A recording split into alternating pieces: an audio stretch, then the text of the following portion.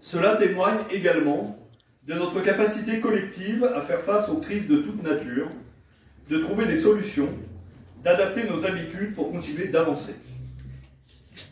Je veux également vous remercier pour l'accueil bienveillant que j'ai reçu en arrivant dans le département fin août avec mon épouse et nos 6 enfants.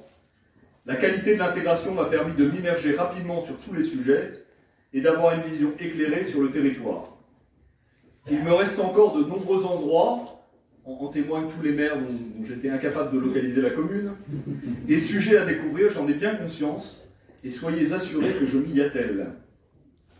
Enfin, et c'est l'essentiel, je vous adresse tous mes vœux pour cette nouvelle année. La santé, le plein épanouissement personnel, familial et professionnel, la réussite de vos entreprises, des actions toujours orientées vers le bien commun, pour permettre à chacun de s'épanouir à la place qui est la sienne, dans le territoire qu'il a choisi, et le territoire des Hautes-Pyrénées me semble un très bon choix. On pourrait penser que c'est fini, mais ça ne l'est pas. Si l'année 2022 a permis de surmonter certaines crises, elle en a connu une nouvelle. La guerre en Ukraine, aux portes de l'Europe, nous rappelle douloureusement que la paix est un bien aussi précieux que fragile, qu'il faut choyer par un dialogue permanent quand on l'a, et retrouver à tout prix quand on l'a perdu. Les conséquences de ce conflit sont nombreuses. Déplacement de population, destruction d'un patrimoine pluriséculaire, hausse inédite des coûts de l'énergie et des matières premières, parfois alimentés par des spéculateurs, sans compter les vies brisées, et le temps de la reconstruction lorsque la paix sera revenue, et il faut avoir l'ardente détermination qu'elle revienne.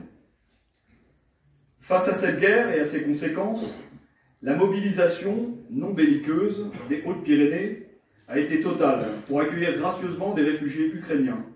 Mobilisation des communes, des particuliers, des associations pour accueillir des familles déracinées qui ont souvent laissé un mari, un fils, un frère combattre en Ukraine face à la Russie. Nous avons connu en 2022 une reprise de conscience de la valeur de l'énergie, de l'importance des économies collectives et de la sobriété. J'aime répéter que la meilleure énergie, c'est celle qu'on ne consomme pas.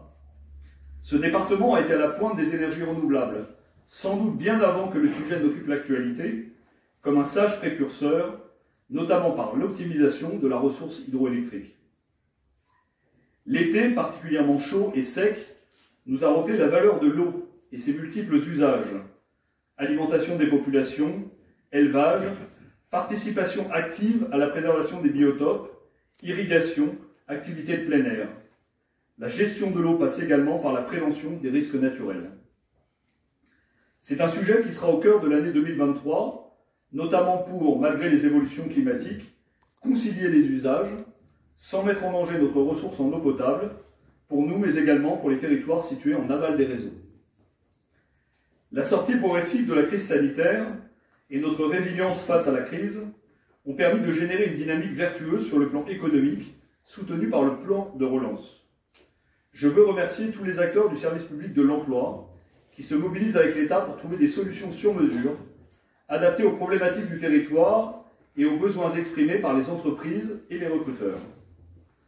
Si le taux de chômage descend sous la barre des 8%, on ne peut se satisfaire d'avoir des métiers en tension et des demandeurs d'emploi qui ne trouvent pas de travail, alors même que le département offre de belles et nombreuses structures de formation et de belles opportunités professionnelles à saisir. Nous allons poursuivre ce travail avec le conseil départemental, les branches professionnelles, les chambres consulaires, l'éducation nationale. Comme nous sommes collectivement ambitieux et volontaires, nous allons également poursuivre le travail d'inclusion des publics extraordinaires, que l'on qualifie de fragiles, mais qui, par leur fragilité et leur sensibilité, ont tant à nous apporter. Je ne souhaite pas être trop long, mais permettez-moi de rappeler que 2022 est également l'année qui aura porté sur les fonds baptismaux le plan à venir pour Lourdes et pour les vallées, mobilisant 100 millions d'euros de crédit, dont 33 millions par l'État. Ce plan unique et exceptionnel est complété par des actions non moins déterminées du sanctuaire qui vont permettre de conforter la dynamique de sortie de crise et une fréquentation résolument à la hausse. Le plan, qui doit offrir de la visibilité sur l'évolution de Lourdes, emportera, j'en formule le vœu en ce début d'année, des effets positifs sur l'ensemble des secteurs d'activité, au premier rang desquels l'hôtellerie et la restauration, mais également le tourisme dans les vallées environnantes. Un nombre non négligeable de travaux d'infrastructures routières a été validé. Le bouclage de la RN 21, la déviation d'Adé, le contournement nord de Tarbes, la requalification de l'entrée est de Tarbes, la traversée de Lourdes et l'aménagement de la RN 21 à l'entrée de la cité mariale. L'annonce par le président de la République d'un soutien de 210 millions d'euros à la création d'un hôpital commun, et vous relèverez que je ne parle pas de l'hôpital unique, me permet de glisser vers les grands sujets de l'année 2023. En effet, je nous sais collectivement mobilisés pour améliorer, renforcer, pérenniser l'offre de soins sur nos territoires, sur l'ensemble des territoires et pour l'ensemble de nos populations. Le chantier n'est pas simple, car s'il l'était, le problème ne se serait pas posé. La réponse n'est ni uniforme ni globale.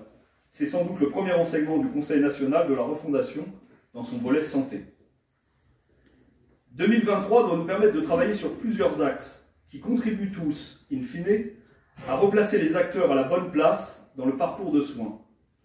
La prévention et la formation au secourisme dès le plus jeune âge, en lien avec les services de l'éducation nationale notamment. La médecine dite de ville, je préfère parler de proximité, en densifiant la démographie médicale et en permettant à chacun d'avoir un médecin traitant qui le connaît, le suit et sait l'orienter, en y adossant les autres professionnels de santé. Et enfin, en disposant d'un maillage territorial hospitalier adapté qui s'appuiera sur les infrastructures existantes. Le temps qui nous sépare de la mise en service opérationnel de l'hôpital commun devra donc être optimisé pour construire ensemble cette offre de territoire qui contribue aussi à l'attractivité du département.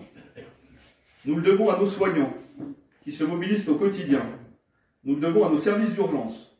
Nous le devons à nos sapeurs-pompiers, afin que les moyens soient disponibles pour ceux qui en ont réellement besoin, l'ensemble des acteurs et des forces de sécurité intérieure au niveau national. Nous paierons notre écho, sans renoncer à l'organisation de 2 étapes du Tour de France, le masculin et le féminin, une étape de la Vuelta, le renforcement de la sécurité au quotidien par la création de nouvelles brigades territoriales de gendarmerie, la poursuite d'une présence forte de voies publiques, la lutte contre les violences intrafamiliales, contre les trafics de stupéfiants, contre la sécurité routière.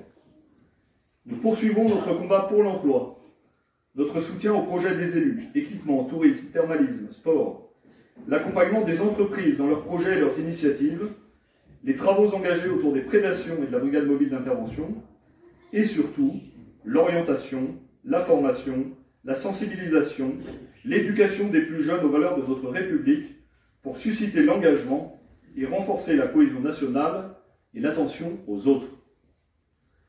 J'ai atteint le haut d'une 5e page, et c'est sans doute trop. Je nous souhaite une pleine réussite dans tout ce que nous entreprendrons ensemble en 2023, dans la confiance, la transparence et l'écoute permanente pour nos territoires et nos concitoyens. Merci d'avance et très bonne année 2023.